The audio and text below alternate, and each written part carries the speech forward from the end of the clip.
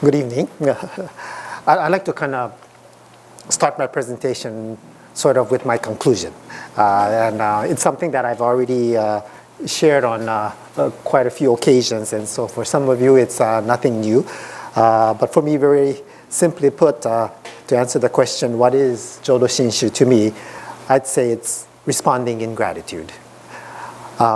Gratitude, as I'm sure you've often heard, is an everyday word, and yet it can be a powerful force that can change our life. 800 years ago, I believe, Shinran Shonin experienced this inspirational gratitude, much bigger and larger than himself, which filled his life and overflowed from him to move others. And according to him, the reason for this gratitude is an all-inclusive wisdom and all-embracing compassion, which I use as a term to express Amida Buddha, one who moves to embrace and never forsake. A wisdom so inclusive and compassionate that it understands our challenges as ordinary people, filled with wants, dissatisfaction, sometimes negative emotions, and our continuous search to be happy, and how difficult life can be. A powerful definition of gratitude, which I came across in the Buddhism, is that shares that those who are appreciative are those who know what has been done. Those who know what has been done. If one is unaware, one will not be grateful. Life does have its ups and downs. Life is not perfect, but there is value and joy to life, and a greater meaning and significance than just subsistence. The Shin Buddhist tradition, a non-monastic, non-vegetarian, non-celibate form, has gratitude as a cornerstone. In contrast to obligatory gratitude, the Jodo Shinshu appreciation is an appreciation which is nurtured and awakened in us.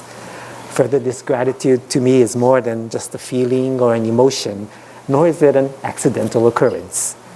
In Buddhist thought, as we all know, there are causes and conditions for everything that arises and happens. Wisdom and compassion is not static and motionless, but dynamic and reaches out to bring the unenlightened to enlightenment. Thus, with gratitude, there is also great humility in that, undeserving as I may be, I find great compassion reaching out to me. Nor is this gratitude passive. True gratitude, I believe, motivates us again to respond. There's another expression, knowing gratitude, respond with gratitude. In Jodo Shinshu, reciting the Buddha's name, Namo Amida Butsu, is recited in awareness and a grateful response to the call of great compassion, which calls to each of us, entrust in me. Please, entrust in me. Who or to what, you may ask. Again, the terminology I use today is an all-inclusive wisdom and all-embracing compassion. But one may ask, how does this awareness come about? I refer to it as the unfolding of wisdom and compassion, or the compassionate activity of immeasurable life and infinite light. As I read the Pure Land Sutras, I noticed that something is unfolding in history, more specifically in my life. Again, it's the unfolding of wisdom and compassion. Briefly, the largest sutra shares with us the essence of the Nembutsu teachings.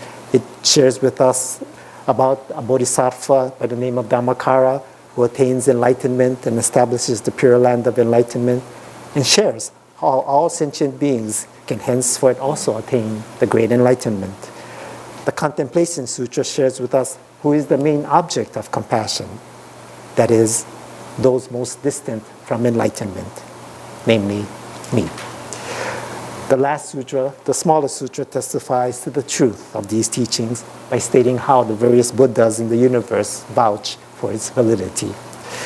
The wisdom and compassion of Amida Buddha is such that the Buddha ultimately conditions the Buddha's own perfect enlightenment with that of every other being. Now, If that's not a mind-boggling statement or aspiration, I don't know what is. It blew my mind. The compassion that Buddhism speaks of, its inclusiveness, and in Jodo Shinshu, the simplicity, I think, in which the Buddha simply says, entrust in me. The compassion of this Buddha, again, to me, was mind-boggling.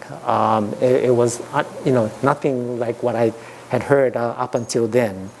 One that reaches out to all existence, but especially this foolish being or Bombu, plagued by negative thoughts, words, and actions. Shinran Shonin heard it speaking to him. Yeah? This great wisdom and compassion, without denying anyone else, unfolded, and that's how he became aware. And thus, we hear his words, when I ponder on the compassionate vow of Amida, that I found it, I'm abbreviating it, but how it was for myself, Shinran alone. Yeah. For him, he found, in this promise of the 18th vow, how heavily burdened he may be by negative karma. He expressed how grateful he is for this primal vow, which was made to expressively save him. And his life, I believe, is one of this awareness, of living in this awareness of this great compassion that's embracing him. And his life was one of, continually to me anyway, again, responding in gratitude to this great compassion. In looking at Shinran's life, you can see just how happy and appreciative he was for these Nembutsu teachings. And I'm a Japanese major and have a fascination with Chinese characters or kanji. And somewhere in my studies, I came across that the Shinran, was very specific in the words that he chose to express certain things. And one that I'd like to share this evening is when he wanted to express encountering the teachings or coming across or meeting these teachings. He used a particular Chinese character to express this meaning of to meet, ao in Japanese, to meet or to encounter. And the significance being that, one, it was totally unexpected. This Chinese character ao, this one particular one has the meaning of meeting, but it wasn't an anticipated meeting. That it came about unaware of oneself. And then another meaning for the character was that it's expressed or is used in expressions in which it speaks about how something matches something, how they perfectly match, so to speak. And this is the character that Shinran uses to express when he refers to the Nembutsu teachings and how it's so perfect for our time and age, including himself. When he reflected on the world and all the things that were happening, the wars, the unrest, the natural disasters, and when he also deeply reflected on himself, and then he listened to these teachings that were being shared by Honing, his teacher. He found that it was just perfect. And so he was very deliberate in how he expressed encountering these teachings. For myself too, that's the realization that I came across too with the help of so many others in my life, not only here in Hawaii, but also Japan. But it's, again, to encounter these teachings, it's something so precious, so rare, and again, it's not a casual encounter or by accident, but really a meeting that, in one sense, perhaps destined to happen through the great compassion of the Buddha, and one that transforms one's life. And to think that Amida, unconditionally accepts a person as they are, imperfections included, without judgment. When such a person becomes aware of this great compassion, then that individual, I believe, experiences a deep sense of interrelatedness and interconnectedness with all around him or her, realizing I'm not an isolated entity of just myself, never alone, supported by so many and linked to all around me. This life-transforming realization from this life-transforming realization, awareness, and gratitude, wells up an unmovable peace, joy, and greater aspirations. Life takes on a new meaning, a responsibility, and significance. My views about myself and others changed, realizing I'm such a humble recipient of so much. Life is not only about myself. It was one of the realizations that I came to realize. The late Reverend Dr. Taitetsu Uno, whom many of you know, explained the significance of gratitude in this way. He said that there's one, our personal sense of appreciation, and then two, there is our response to that appreciation by trying to live in the best, most positive way we can, guided by the Dharma or the teachings. Again, for myself, a life of a Jodoshin Buddhist is one of responding in gratitude to the Buddha's great wisdom and compassion, and all that which allows me to live day to day, including the plants and animals that are the food we eat each day, expressing our deepest gratitude for that, then trying to, again, live the best we can, guided by the Dharma or teachings. However, in our relative world, things do have to begin somewhere, so to speak. And for me, it was my relationship with my paternal grandmother that I can pinpoint in my life.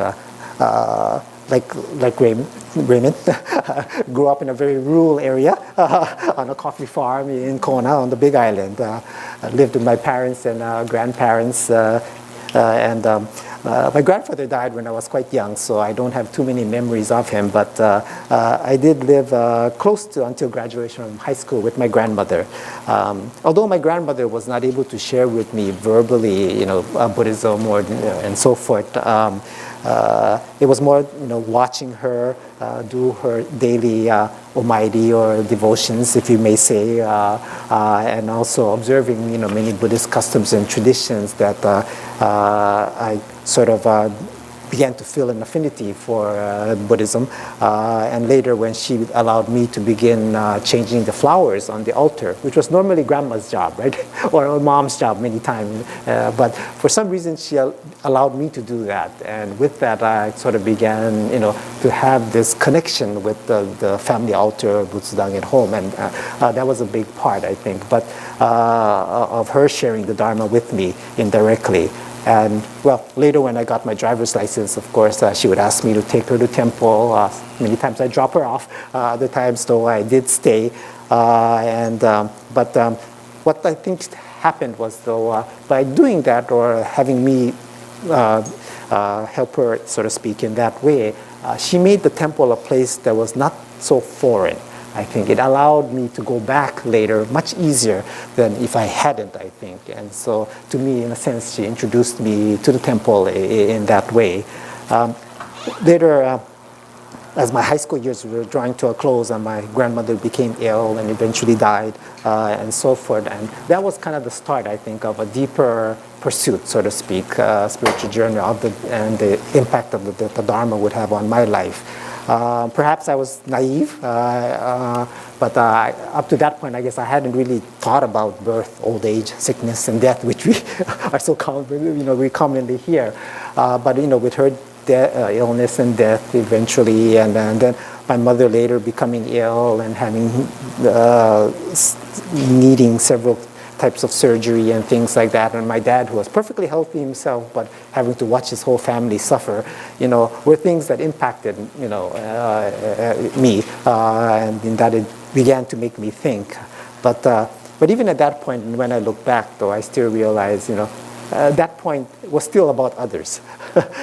It was only a little later that when I became ill myself, then I finally realized that this talk about birth, old age, sickness, and death, and so forth is not about someone else.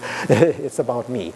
And these, experiences, so to speak, had an impact on me, and there was much that I was, trying to find answers for and so forth. And I did a lot of searching, including other religious traditions and so forth. And it was a very confusing time for me, my latter high school years and my early years in college. And I do today like to acknowledge Reverend Muneto, who was at the Hilo Honganji at the time.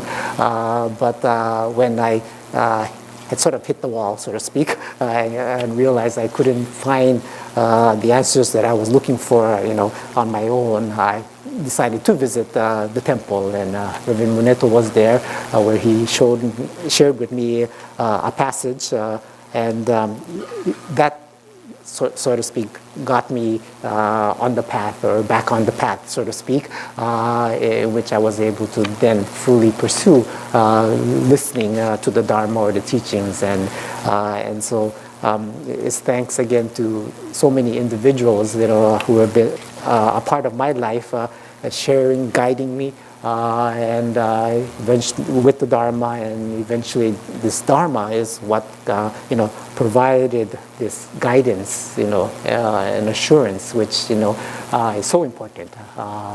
Earlier in my life, like in the case of my grandmother and mother, I was looking, and myself, I was kind of looking more at perhaps curing an illness, or trying to avoid a kind of misfortune and so forth. But what I discovered was the Buddhas, had a much greater sort of intent or aspiration, but it was, again, through the guidance of so many individuals that that slowly, I got to slowly begin to understand this great wisdom and compassion that's really looking at alleviating the suffering of all sentient beings, as Raymond had mentioned earlier.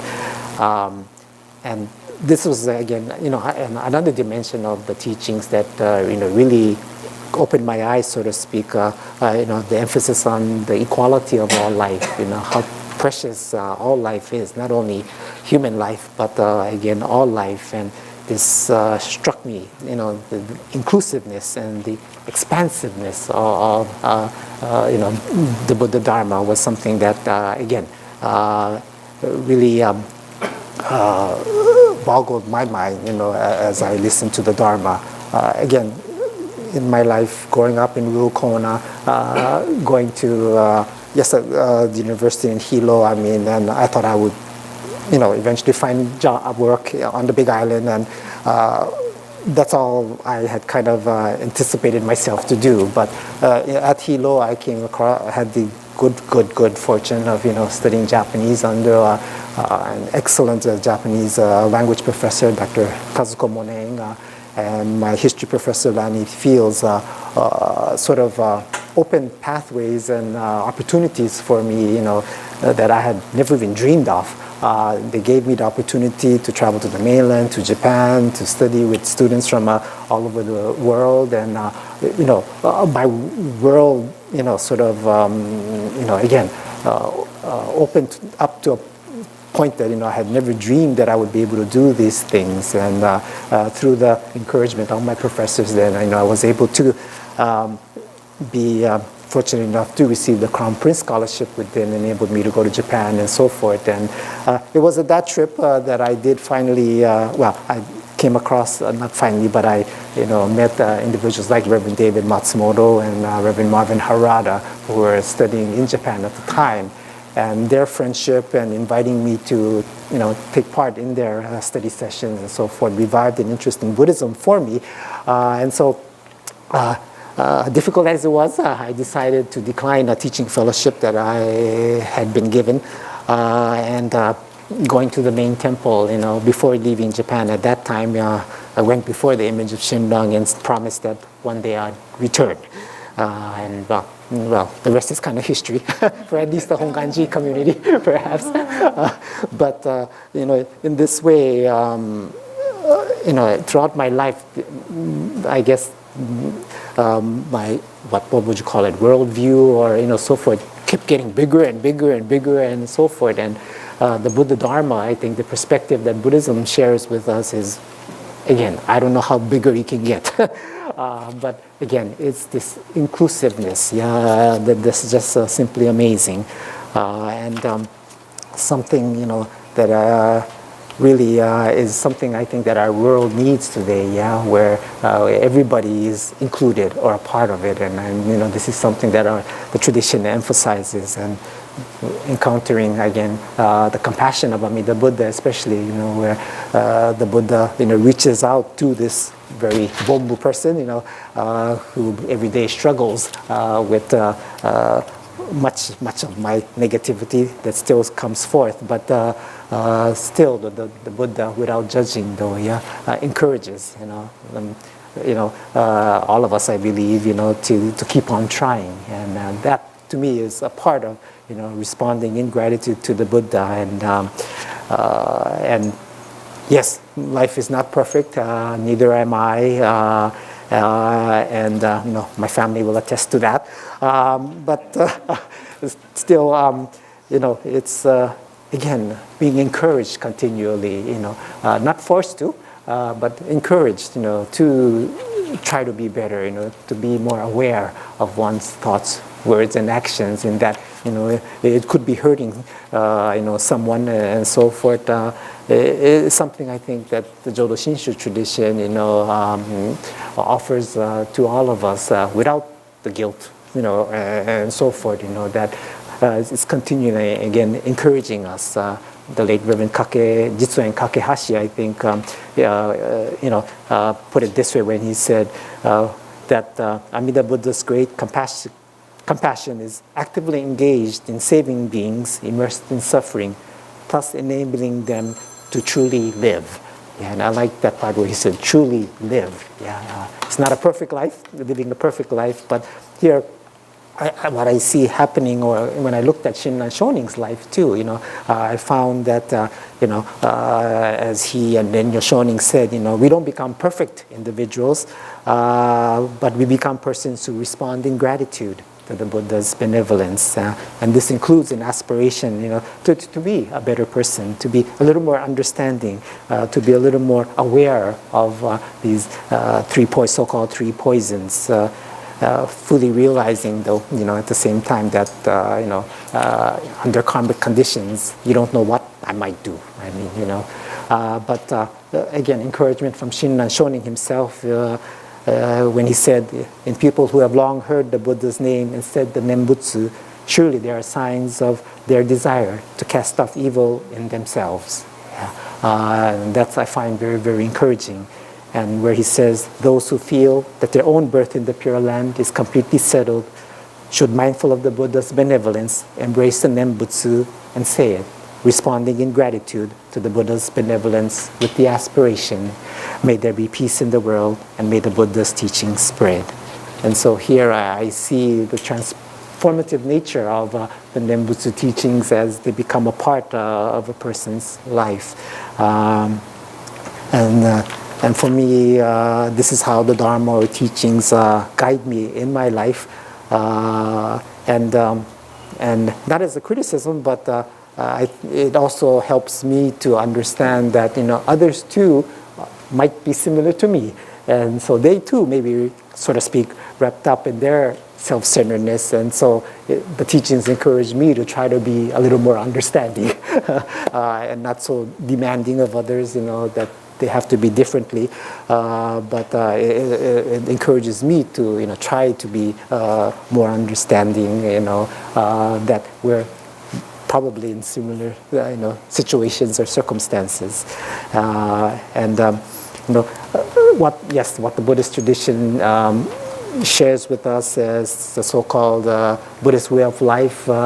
It is very challenging. I think there are very high ideals in many ways, and as a bombu, as a foolish being, I certainly can't live up to all of them, but again, I believe these ideals are there for us to embrace in a way that they are guides, I think, on how to live a so-called beneficial life, which will benefit all of us. And this, to me, again, is responding in gratitude to the Buddha's great compassion. And so, again, that is, I guess, to me, what Jodo Shinshu means to me, it's responding in gratitude to this great wisdom and compassion to bring, again, us all sort of together, not to say that we all have to be Buddhist or we all have to adopt or, this way of thinking, but the Buddhist teachings and the Buddha's wisdom, compassion is, so inclusive that, it's thinking of the welfare of not only Buddhists, but all sentient beings again. And to me, this too, again, is, one aspect of the teachings that had touched me deeply. And I'd like to end my presentation by sharing a quote of our the 24th spiritual leader, His Eminence Koshin Otani, in which he shared, all things on earth, all things in the universe are in the fold of this great life force linking us all together. In this world, there is no life that was ever lived in vain. There is no life that is meaningless. All life is linked together. All of us sharing the light that Amida Buddha shines upon us. Thank you.